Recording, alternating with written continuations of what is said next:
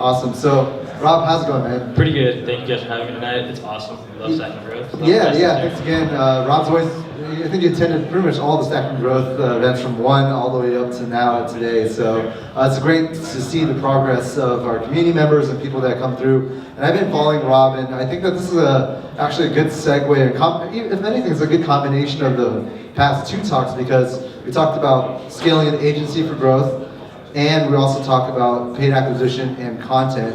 And Rob, I guess and Rob is kind of a perfect mix-up between two with Millenial Digital.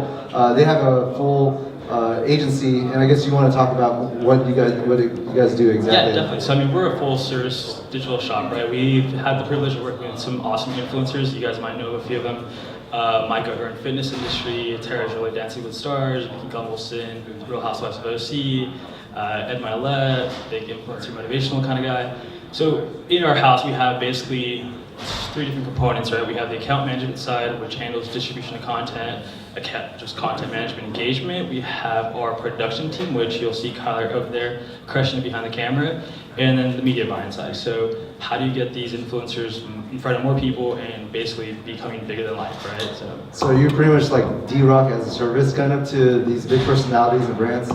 Exactly. So take what D-Rock does and make a team out of them, and this is kind of what we do for a lot of C-level executives, as well as just individuals that are already celebrities that are looking to do more on social. And to blow up their personal brand and content and build even another business around that too, correct? Yeah, I mean, like, for example, like Ed Milet, right? He had released a book. It was a free book, but we actually had, I think it was 100,000 in 3 weeks from a free book, and it was all really from just small margins on the shipping, right? So like creating ways for these personal brands to monetize their audience is kind of like one of the strategy sessions that, try to implement, as well as help them gain the awareness they need to then leverage for maybe their business or for a product.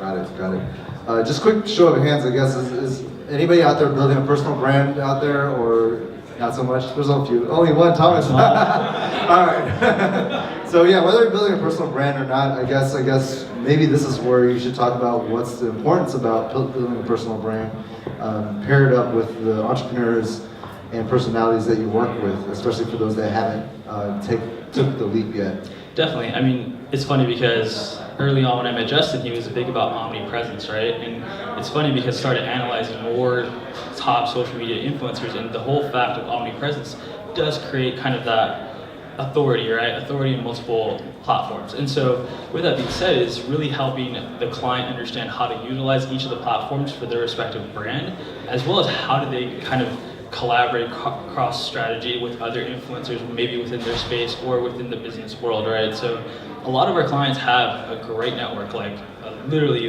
they can call Tom Brady and be like, hey, I'm coming over. And so for us to be able to leverage them and use what they have as an existing audience to then cross-pollinate audience members is kind of one of the big things that I guess they hire us to do strategically. We've been with some clients all over the world, like Australia, like literally all over. And so it's fun because sitting there, we're just having a conversation kind of like this, and he's going to tell me, hey, I'm hanging out with Russell Brunson this time, or I'm hanging out with so-and-so here. So it's like, cool, how can we do something to help gravitate some of their world to your world, right? And how does it work that we're not just trying to steal audience members, but we're providing value that they might want to see within your world, right? So really trying to just... Yeah, so you're talking about collaboration opportunities, and let's say you don't know Tom Brady or Robert Kraft or a few other people out there. I guess then do you find opportunities where you work with a client, then you go and do outreach for them, or try to find other opportunities out there to build them up, especially if they don't have a personal brand to start out with, right? How do you go about Definitely, and there's levels to it, right? You can't just go to Tom Brady and be like, hey, you have to start somewhere, right? So we do a lot of research in regards to who's doing what in the space you want to be an authority in, right? From there, we kind of go about who do we get you with or on, so that way you can kind of start building up that momentum to eventually someday be able to say, hey Oprah, I want to do something with you, right? So it doesn't happen overnight, and there's a lot of outreach that happens, a lot of research that happens, but obviously having assets that matter to that potential person, like a media team or media buy, all these variables help because they're bringing value to their personal brand as well, right? So one of the cool things about us having so much solution in one place is that when we work with our clients, we're not only bringing value to the people they want to work with, but also for the person that's working with them.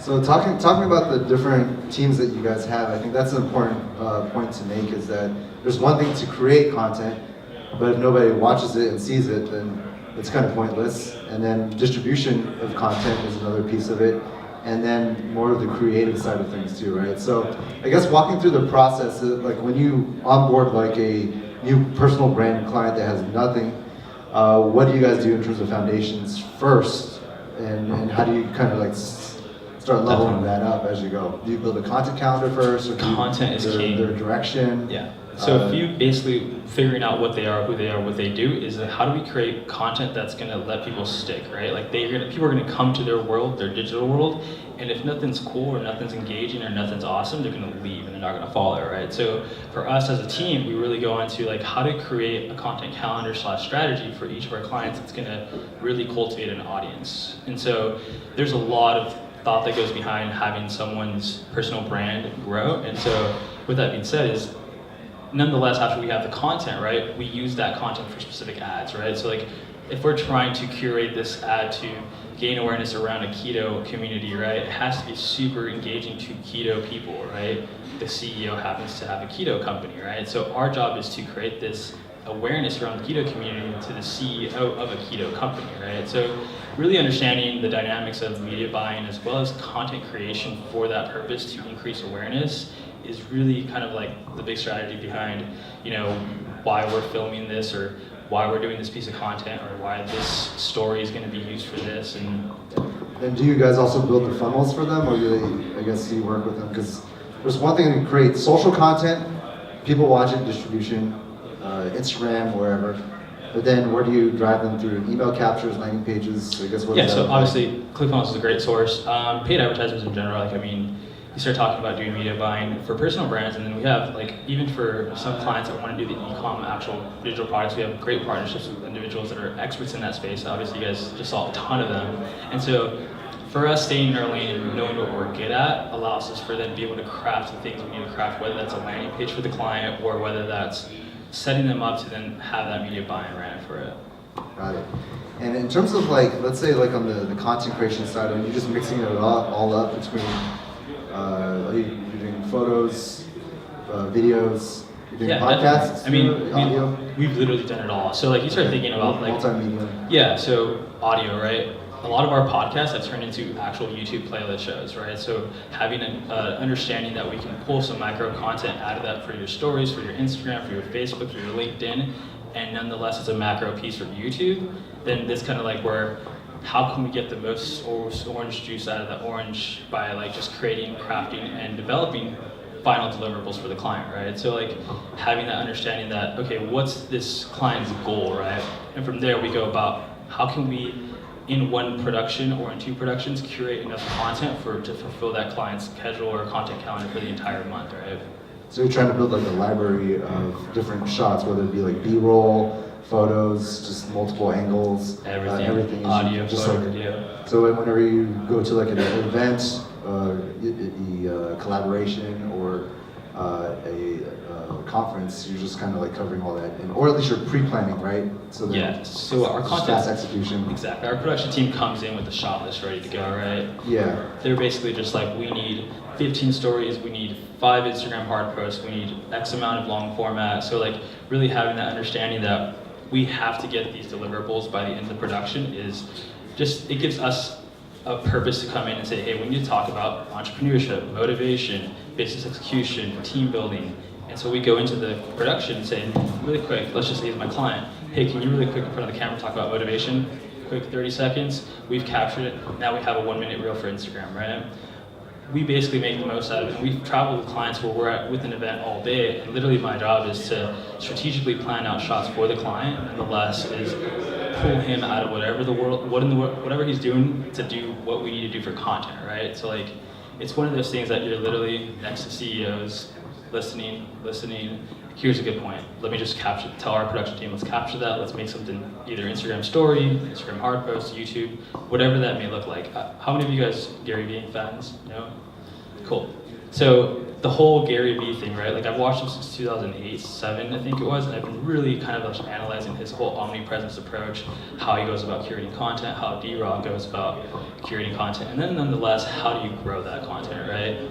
Funny enough, I've actually been in talks with some of his like ex-employees that were really close to him on the growth side, and just having that conversation of like different growth strategies for that content and where it could live and where we could place it for more exposure, right? So you're like reverse engineering the success of what he did, because what Gary Vee did very well was to take that, he could take like an event like this and he can create like 10 pieces of content or more out of it. But taking one step back, because I think that's very high level to talk about multi-channel out there, taking it in a more like kind of systematic approach. What everybody here to take away is that if you don't have like a full DRock team out there, what you should take note is kind of the process, thinking about creating content. Like for me, if I'm shooting like this event myself, I don't have a full video team or crew out there, but sitting down and pre-planning the events and things that I can talk about will help, instead of you bringing a camera and trying to shoot ad hoc. You're just going to be caught up, and there's no systematic approach for you creating content.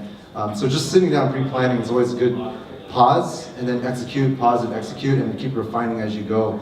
If you're building your own brand, or even if you're just building content capture and creatives for your company itself, it doesn't have to be a personal brand alone too. So definitely, I mean, like, people kind of think it's super crazy to have a team of production people behind you, but if you really think about it, if you have a good friend that hangs out with you all the time, you have a cell phone, right? Curate micro pieces of content all day long. I'm pretty sure you'll probably do 1 or 2 interesting things in a day that you can distribute as something that makes you an authority in your space or whatever it is you're talking about, right? So a lot of people just get kind of caught up on like, does this have to be perfect? It's like you're forgetting that the amount of content that's being distributed nowadays is ridiculous. So for you to miss the 1 or 2 postings a day is only going to hurt your personal brand more than it would actually help it.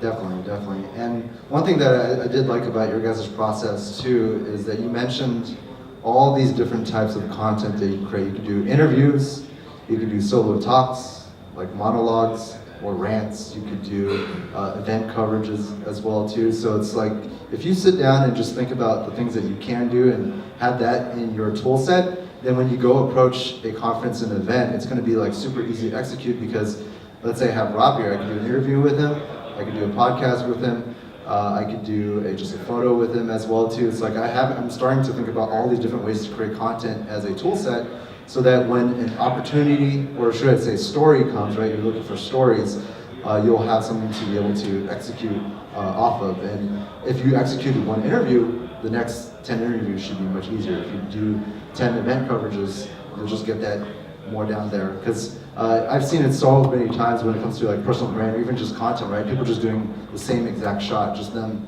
speaking to camera in the same exact place and not switching it up. Try a varied amount of content, would you say? The interview is so saturated right now. Yeah, everybody's always doing interviews. Everybody has a podcast now, right? It's like super saturated, and it's not very interesting. It doesn't really level up your personal brand as much, because you're highlighting the other person, not yourself. And so it's a great, easy way, right? You'd say? No, but it's it's not a great like, way to get started with someone, and nonetheless, think of it as like levels to how you can get complex, right? The first initial, easiest one is take a picture with someone, right? It's super easy to distribute. Next level, turn on your voice recorder, conversate, right? There's a ton of platforms that will distribute to all the audio platforms with just 1 voice recording. do you have the name for that? Or, yeah, I believe it's called lip sync. So if you go okay, lip sync, it distributes everywhere. The next you have doing an interview style thing, right? Where you have a sit down conversation, it's recorded, there's B-roll, there's video behind it, it looks awesome. Then you have an experience, right? Whatever that experience may be. Let's just say me and Justin, we go down to the OC and go to a restaurant on top of this. Now we've created a complete story, right? It doesn't have to be long, it could be 1 minute, but now the depth of the conversation that's gonna be had around the video is more complex, right? So adding like B-roll too, even just like walking in, some close-up shots of the Be Limitless or Ad Quadrant. You just add that to the shots on top of your interviews, it just changes the whole element to it, right? Making things look cool. More like a journey instead of just point and shoot at an interview. It's like, okay, everybody's doing that. Everybody, Gary Vee talks about documenting, but you going out there and actually adding those extra shots is more like documenting and creating at the same time, right? Yeah, we're telling a story for you leveling guys. up. Yeah, so like just like entry level, right? if someone says, I'm going to go to a meeting and I'm going to have lunch after, how does me and my team go about making that look like the coolest lunch it ever had, right? Like, that's literally what it is, right? So you guys start thinking about what you do on a day-to-day, and I know a lot of us kind of in our heads are like, oh, but my life's not interesting. You could literally be walking to Macy's to buy a piece of pants and come back home and that looks, that would look rad. Or here, you can come, like, this will look amazing on video. Awesome, awesome. Thinking about, let's say, like my favorite growth hacks is kind of like creating one piece of content and multiplying that. You want to talk about that process of what you guys do? Definitely. So, let's say, for example, you want to walk us through that process, what you guys do? Yeah, so like having that macro piece of content, right? So having, even if it is an interview, right?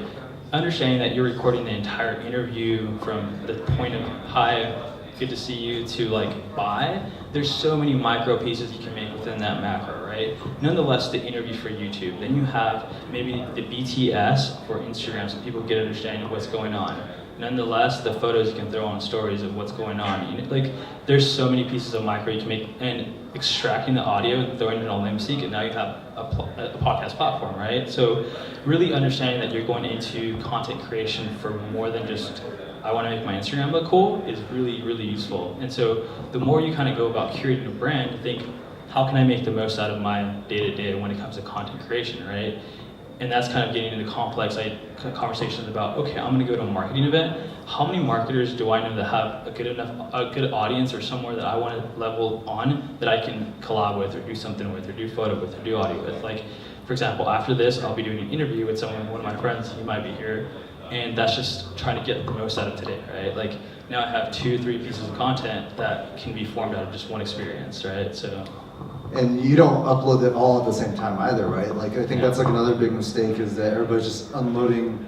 There's no cadence. There's no, like, I guess you want to talk more about that, right? Like, that's a big mistake. It's just like you're just dumping all your 10 videos or pictures at one moment, and then you don't have the time or opportunities or stories next week to launch that story, right? And so kind of like spacing out like a normal cadence to whatever you're comfortable with is kind of important too, right? Like, it's not about it's not about dump. You don't even need to dump a 10-minute video interview. You can just take a 1-minute like knowledge bomb sentence or something and just drop that as a video, right? And just cut it up, and now you have like 10 seconds or 10 different segments. Yeah. So going off of that, who here has had a friend that had a wedding or a baby shower and just like flooded your social with just content on that? Like, you guys, have anybody had that happen? Literally, like, that's just, it gets to the point where it's annoying. Actually, you're like, I got it. You had an awesome wedding. It looks great. But at the same time, it's like, how do you then curate some sort of event and make? So for that wedding, there could have been stuff with like the bridesmaids, right? That show National Girlfriend Day or something, right? Like, that you can be used at another time. That's just like highlighting a special moment between the girls themselves, right? Or there's just so much in regards to planning ahead of time, or even taking micro nuggets, they call them, out of one big piece. So like, we've touched on a couple topics here that we can make into 10 different posts just on that conversation alone, right? And then the way we frame that content can be done with different forms of B-roll, different intros, outros. There's just so many ways. I mean, you don't even need a production team nowadays. You have so many apps for video creation that, like, if you're strategically thinking about this before you're doing it, it's super easy to make multiple pieces for yourself. That's awesome. Yeah, in terms of, I guess, scaling out your team now too, on, let's say, talking about the agency side too, like, how fast has your growth been, and how have you been handling the growth challenges for that on that side? Definitely. It's funny because I was listening to the first panel and they were talking about how to grow an agency, right? Literally, they thrive off referrals. The way we've done it is completely opposite. We get a lot of referrals, don't get me wrong, but we've started creating a system where we're able to like onboard more clients at a faster pace with training, right? So we've created this thing called growth and development team, right? This growth and development team has essentially worked 2 roles. One is to get training to be part of our agency, to understand our dynamics, our services, our procedures, and then to do lead gen, right? So they're having the conversations with these CEOs or anybody looking to build a personal brand and saying, hey, I'm part of a social media agency, I'm looking to do big things in it. So now we have like almost a sales team, but it's not really a sales team, but they're actually getting trained as we need them. And we've been hiring onto our internal HQ team at a very fast rate because the growth and development team is working two roles, right? They're getting trained, getting prepped, and nonetheless, they're excited to be part of the organization. So they're bringing on more clients, which therefore means we're hiring them faster. It's been really interesting, and that's kind of like in the last 6 months, I've definitely said we've grown at a very drastic rate, and it's only going to prepare, I think, like literally 20, 30 times this year probably, just because of the rate we're going right now. Yeah, so what you're saying is that you are doing a lot of outbound, so you're just doing a lot of outreach to potential leads, but then you don't exactly sell them first, but then you push kind of like soft content or build a community essentially about what you guys are doing, and then educating essentially, and then you're pulling the best people that actually learn to hire them, Yep. and then anybody else that can't do it themselves, you pull as leads or close the sales as well too. So that's a great, like, genius way to fill and attack a lot of different needs, is kind of building a community out there, as well as even educating and leveling up other potential interns and employees to kind of like scale with your growth as well too.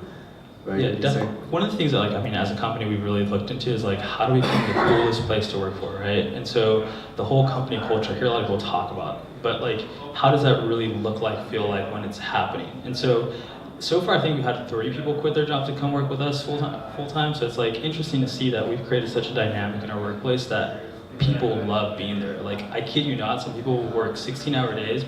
I don't ask them to. They're just there doing their thing because they're so in love with the hustle, the environment, the client services. Like, when someone comes from the growth and development team, and let's just say they brought a client on, right? They're so heavily invested in making sure that that client's happy that if we put them as an account manager for that role, we hire them on for that role, they're willing to do whatever it takes to help that client succeed, right? So not only do I have less stress of like client success and customer service, our growth and development team that eventually end up getting hired are super on that. So like, it really helps with the whole people loving to go to work type scenario, that it just continues to flourish, and that's what we're seeing right now. It's pretty interesting. That's awesome. Yeah, I guess I'll leave it to some questions. I mean, anybody have questions that they want to ask in terms of the content marketing, personal brand? Thomas, or actually we'll start here. What? Question, Yeah. related to like how you were saying break out content from an event and stuff. Is there ever a point where like a certain event happened and then it just gets stale? Like if I had a trade show last month, is it still like okay? I mean, if I talk about it in 3 months, people, I mean, is that just Think of it this way, if there was people there, it can never get stale. So if you literally made content around every single individual in this room, you'd probably have a really interesting conversation with them, and nonetheless documenting that and using that as content can never get boring, right? Because they're just people are energy, and so if I do content production piece with him, now we have some energy between us that we can share and distribute. And so anywhere you're at, literally, it's, if you can find someone to have a good conversation with or have some sort of collaborative thought process, you're never going to become stale. Yeah, and that's like the category of evergreen content. The content just doesn't expire, and you can reuse it at any point in time, or you can put, if somebody joins in your email drip funnel, and you can hit them with that video, even 6 months down the road, it's still like good content. As long as the content that you shoot is not like on a very small time frame or something that's super topical, or the story itself is topical. If it's like something that happened last year that's not relevant, relevancy is key, then that's where it's useless. But if you're doing it a little bit more that's evergreen topic, then you can reuse it at any point in time, I'd say. It's like a good... That's exactly it. Does that answer your question? Yeah. Cool, awesome. So you mentioned that your growth team created a course or some kind of... Yeah, how are you educating? Okay, so the growth and development team, we meet once a week and we do trainings. We do about an hour and a half training where literally it's me and the rest of the internal operations team presenting, talking, answering questions, building them on their knowledge, right? Nonetheless, we also have a once a week call, Zoom call, where we once again answer questions, help them with their lead gen, whatever that may look like, and help them get their questions answered. So 2 times a week, we're having an hour-long conversation with our growth and development team, and just kind of like really making sure that they're not only confident, but like they're getting their questions answered. And nonetheless, we also have a private Facebook group where we're completely accessible, and everybody's contributing to that Facebook group because it keeps helping everybody else on the team, right? So if someone says, hey, I just got on a call with this potential lead, this is what we discussed, this is what they're looking for, can anybody give me input? Then the entire Facebook group goes in there and says, tell them this, and then they go and they talk to the potential lead and say, this is exactly what we can do for you as a company. And so then that's kind of like the support system we have. It's really interesting because the growth and development team started as just a local thing, and now we have interest in Australia, Spain, and then in different states here in the US that are like, people are completely invested into what we're doing, and so it's really interesting for now, us thinking of opening offices in all these locations. So these are all people internal from your company that are on the growth and development and in the Facebook group, or is it prospects as well? So think of it, we have internal HQ, and then we have growth and development, which everybody on the internal HQ plays a part of, but the growth and development people call them interns, right? How would you shoot content for something like this event, Stack and Growth? Wait, say that again? How would you shoot content for Stack and Growth? I would leverage every individual in this room. Literally. I would, with the production person, is like, let's just say we have micro pieces of content made out of everybody in here and see how we can kind of find something interesting about them. And obviously they're contributing to the growth of Stacking Growth. So nonetheless, now you're thinking of like, wow, Joe was here at this event. He's going to share that piece of content potentially. And now all of Joe's friends are going to be like, what's Stacking Growth? It looks awesome. He was there. So you start leveraging people, right? Like shooting videos with them? It could be videos, it could be audio, it could be photo. Like literally, like if I were you, Thomas, I'd take a picture with everyone in the stream before they left. Yeah, like so it's just one of those cool things and it's not even like, people think like, oh, you're just using people. It's like, no, I really genuinely care about this person, want to learn more about them. We're just sharing our experience. That's literally it. Yeah, one point I'd say it's like also it's not just about taking a photo with somebody or even like at this event because that's very surface level. I'd say it's like that's like only what's happening, but nobody knows about why or how or why should they care about this person or Rob. And so if I were to share this video, I would also pair it up with his bio and talk about why I think he's doing whatever he's doing is cool, and then you're highlighting that person. Then Rob is more inclined to share it to his audiences as well too, if that makes sense. Definitely. I think copy is king, right? Like the copy tells what the story is all about. It tells a story. So nonetheless, the photo is part of it, it's part of the equation, but also understanding that the copy that goes with that piece of content is going to make the significant break or make kind of difference, right? Cool. Yeah. Anybody else? Any other questions? I guess Rob, do you have any other things that you want to share in terms of your experiences, or I guess is there some crazy stories that you can share, or are there personal stories from working? There's been literally my job, my life is freaking exciting. It's literally like I've had clients say, take my Ferrari 488 Spider for 2 weeks, and just like, cool, let's go shoot some videos. But it's like clients have been like, hey, you want to go to Australia with me? It'd be cool to have you next to me. And it's like, sure, why not, right? Like just a lot of the things that, it's a good time, but it's also like, understanding that you're kind of a brain in their corner and just being able to sit there and digest what's going on, but also how can I bring them value? How can I help them achieve more within what they're trying to do, right? Like I really hate going somewhere and not feeling of use. I hate not being able to provide some sort of value to whoever I'm with or whoever I'm around, right? So if there's literally like, if I go to a conference and if I just am done with all my work, I'm gonna go see who I can help and give them advice, right? Like I'll have a one-on-one and say, hey, what are you doing? What do you do? How can I help you? Just because then sometimes they'll actually just share me on the story. I met Rob and he's cool as heck, and I'm like, oh, that's like exposure that I didn't expect or want. I just had a conversation and helped them, right? So yeah, like this world, this digital marketing online world is insane. And I think, for you guys that are in this room really interested in the space, completely go 100% into it, because the more you get into it, it's been 4 years that I've been working all in on this, and every single year it gets crazier, better, bigger. Like the clients that we're talking to now are just insane. I'm like, oh, I would never imagined this 4 years ago, right? So awesome. So I guess we'll just wrap that up then. If you have any other questions in terms of like content, personal brand, and everything else, definitely reach out to Rob, and we'll give him a shout out to also on our Facebook group. So awesome. Thank you, Thomas.